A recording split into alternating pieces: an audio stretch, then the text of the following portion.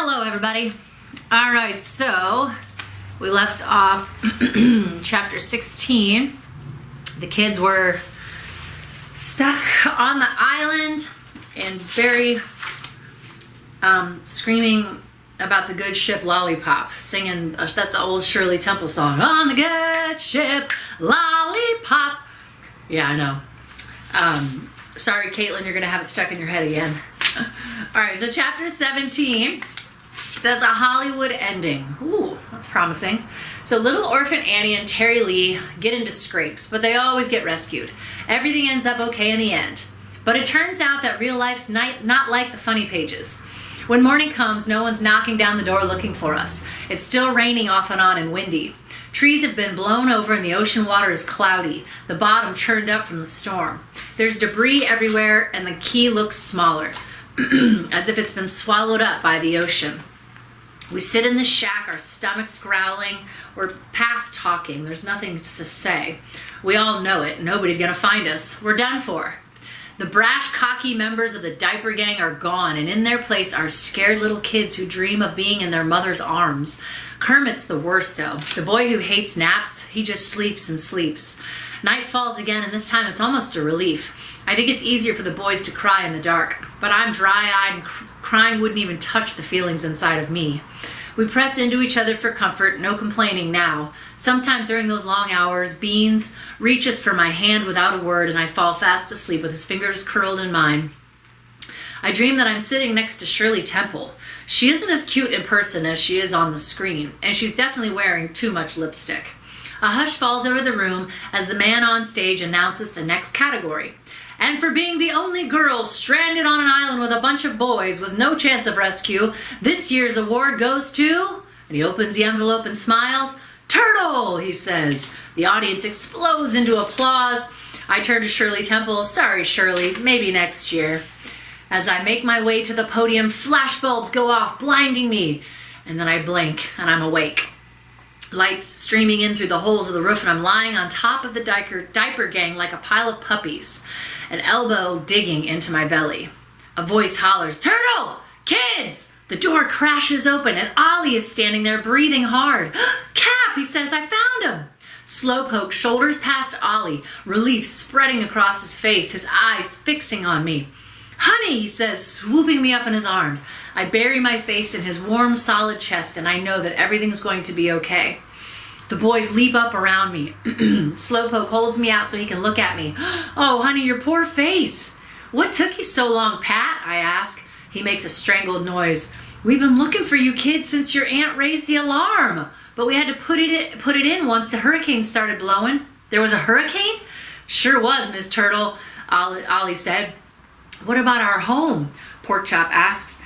Well, Key West came through it all right, Ollie says and hesitates, but word is the upper keys got hit pretty hard. Kermit blanches. Poppy! Slowpoke pats him on the head. He's fine, Kermit. He wasn't even there when it hit. He came back here when he heard you kids went missing. You probably saved his life. We walked out of the shack and see a motorboat in the water. A man is standing on shore chewing on a cigar. I seem to be missing a boat, Johnny Cakes says. Oh, we're in for it now, fellas, Iris says under his breath. The rum runner walks over to us, slips off his fine white linen jacket, wraps it around my shoulders, and tips up my chin. You look like you could use a leche, sweet cheeks.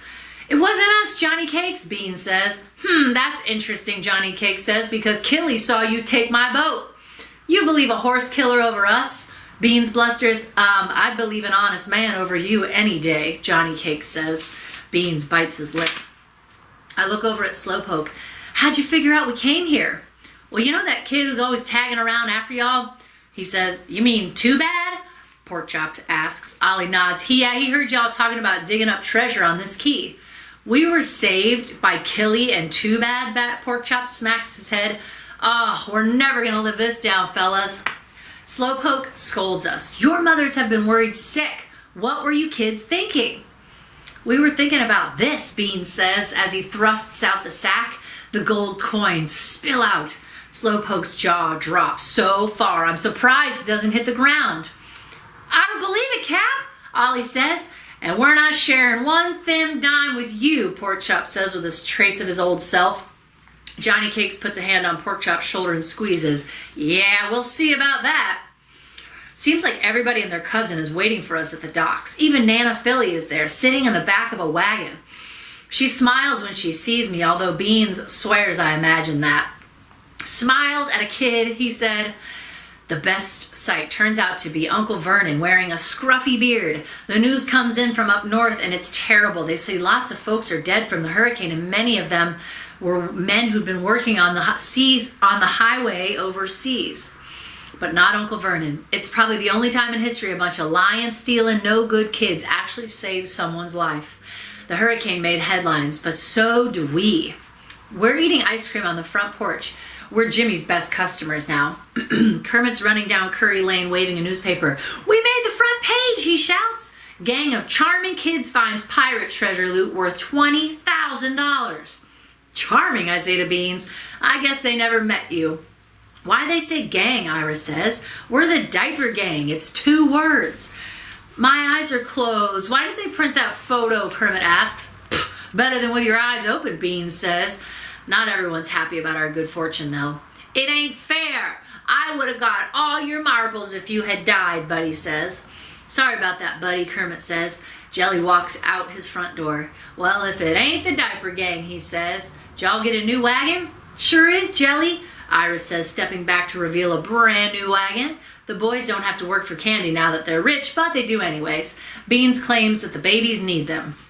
We've been back in Key West for a few days when an antiques dealer fella appeared and paid $20,000 cash on the spot for the treasure.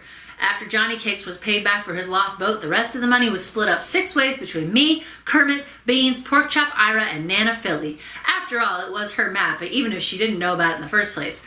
She already bought a new hat, and Miss B says she already wants to get that piano fixed. My money's waiting for me in the bank. Well, except for the shoes that I decided to buy. Strange as it sounds, though, I'm having a hard time getting used to wearing them. They're pretty as a postcard, but they pinch my toes and my feet are all hot and sweaty. Got a new little member in your gang, I see, Jelly says, looking at Too Bad, who's straightening up the blankets in the wagon. Too Bad smiles from ear to ear. That's right, I'm in the diaper gang now. I saved their lives. Porkchop groans as if the idea still pains him. And guess what, Too Bad exclaims. I know the secret formula. It's cornstarch. Too bad, Porkchop hollers. First new rule of the diaper game is shut up already. Too Bad winces. Ooh, sorry. Cornstarch, I echo. Your secret diaper rash formula is cornstarch? Nobody would believe us if we told them, Kermit says. Aunt Millie comes walking down the lane. I didn't have an accident, Ma, Buddy says quickly, though he's squeezing his legs together. Well, the day's still young, Buddy, she says, and she looks at me. Turtle, can you come inside for a moment, please? I can't tell if Aunt Minnie is still mad at me or not. When we got back to Key West after the storm, her eyes were red like she'd been crying for a long time. She gave me a quick hug and then she shook me, and she shook me so hard that my teeth rattled in my head. Don't you ever scare me like that again. You are the one who's supposed to have some sense, she said. I go into the kitchen as she tucks a strand of hair behind her ear. I just came from Mrs. Lowe's and she says your mother called. She's in Miami and she's going to be here as soon as she can and get a boat. My heart leaps. I would have gotten stranded on an island a lot sooner if I thought my mom would come get me.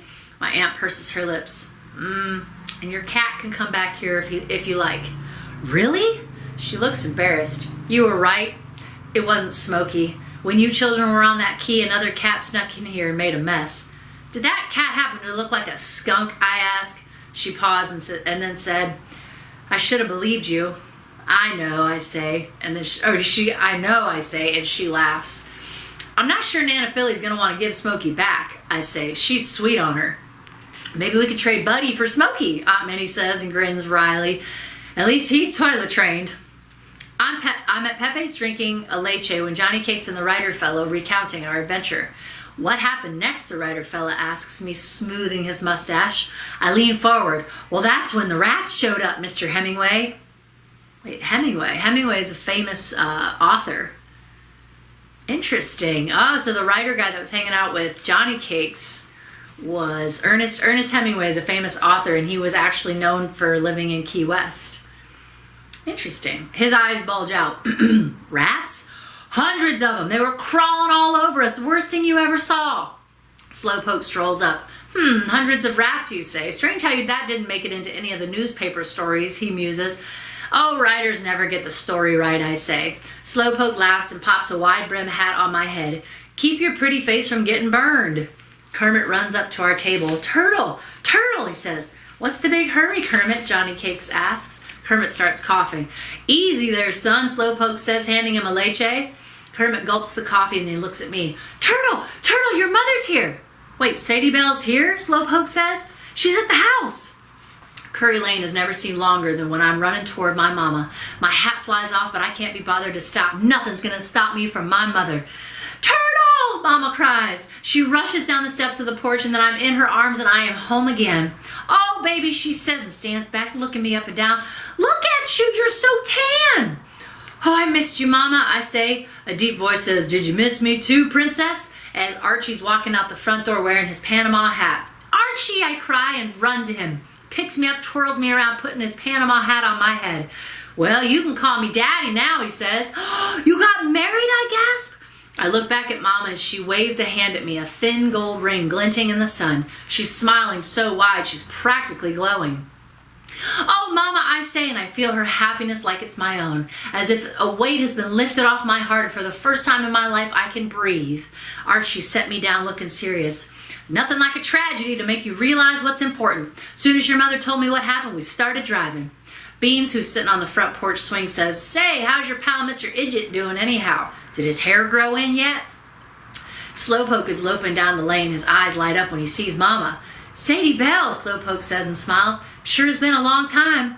Slowpoke, Mama says, going still. Mama, Slowpoke's the one that rescued us. He is? She asks. Archie wraps an arm around my shoulder and looks at Slowpoke. Well, in that case, I owe you a debt, sir, for looking after our little girl here. Slowpoke's smile slips. This is Archie, Mama says, my husband. You're married, Slowpoke asks.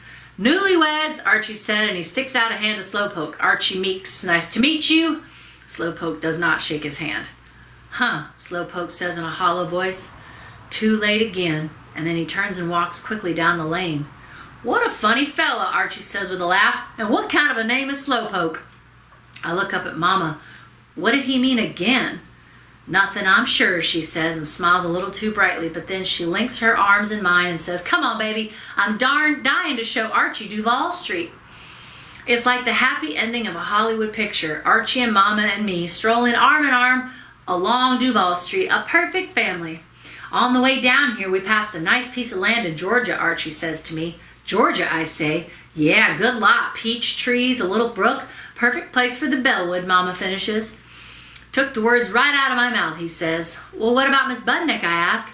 I quit, Mama announces with a laugh. No more scrubbing floors for me.